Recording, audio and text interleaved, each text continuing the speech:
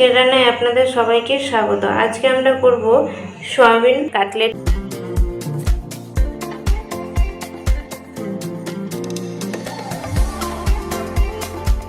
সয়াবিনের কাটলেট করার জন্য এখানে আমি সয়াবিন নিয়ে নিয়েছি আর সয়াবিনটাকে ভিজিয়ে নিয়েছি।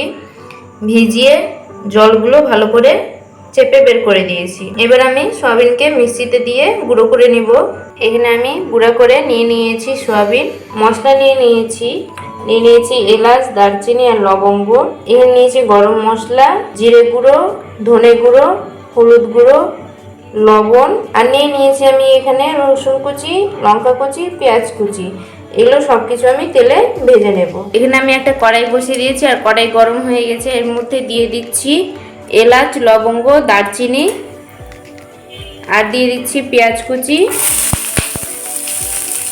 লঙ্কা কুচি আর রসুন কুচি। এই সবগুলো আমি ভালো করে আগে ভেজে নেব।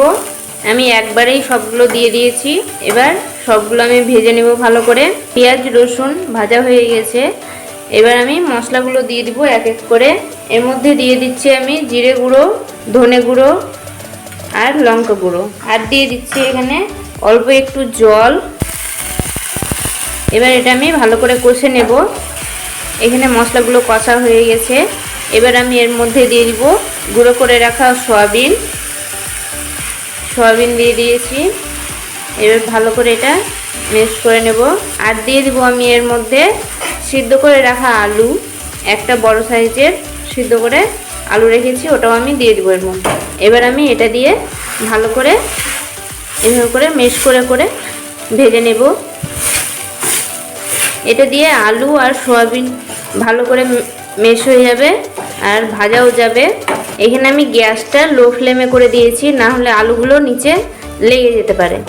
তার জন্য আমি গ্যাসটা লো ফ্লেমে করে দিয়েছি আর লো ফ্লেমে করে আমি ভেজে নেব ভালো করে এটাকে। এবার আমি দিয়ে দেবো এর মধ্যে গরম মশলা আর স্বাদ মতো লবণ। এখানে গরম মশলা আর লবণ আমি দিয়ে দিচ্ছি। দিয়ে আবার আমি এটা দিয়ে ভালো করে একই রকমভাবে মিক্সড করব। এখানে হয়ে গেছে। এবার আমি এটা নামিয়ে নেব। সয়াবিনের মিক্সটা তুলে নিয়েছি একটা বাটিতে। এর ওটাকে আমি গোল করে একটা শেপ করে নেব। এই যে এভাবে ছোট ছোট একটা শেপ করে নিলাম। আর এখানে কর্নফ্লাওয়ার আছে, কর্নফ্লাওয়ারটা আমি আগে থেকে গুলে রেখেছি। এবার এটার মধ্যে আমি দিয়ে দিব কর্নফ্লাওয়ারের মধ্যে।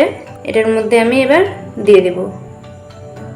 তারপরে কর্নফ্লাওয়ার থেকে তুলে আমি ব্রেড গ্রামে দিয়ে দিচ্ছি। এই যে এভাবে করে আমি এবার তেলের মধ্যে ছেড়ে দেব। আমি এখানে একটা কড়াইয়ে তেল বসিয়ে দিয়েছি আর তেল গরম হয়ে এসে এর মধ্যে এবার আমি সয়াবিন কাটলেটটা দিয়ে দেব। এরকম ভাবে এক এক করে আমি ভেজে নেব। এটা হয়ে গেছে, এটাকে তুলে নেব। আবার আমি একটা এর মধ্যে দিয়ে দিচ্ছি। একই রকম ভাবে সবগুলোই করে নেব। এক সাইড হয়ে গেছে, আবার আমি উলট পালট করে দিয়েছি। এবার হয়ে গেলে আমি তুলে নেব। আমরা একটা প্লেটের মধ্যে তুলে নিয়েছি। দেখতেই পাচ্ছেন কি সুন্দর ফুলে ফুলে গেছে আর খেতেও এটা অনেক স্বাদ। আপনাদের যদি এই রেসিপি ভালো লেগে থাকে তাহলে সাবস্ক্রাইব করে দেবেন আর পাশে থাকা বেল আইকনটি প্রেস করে দেবেন আজকের নতুন রান্নার রেসিপি পাওয়ার জন্য।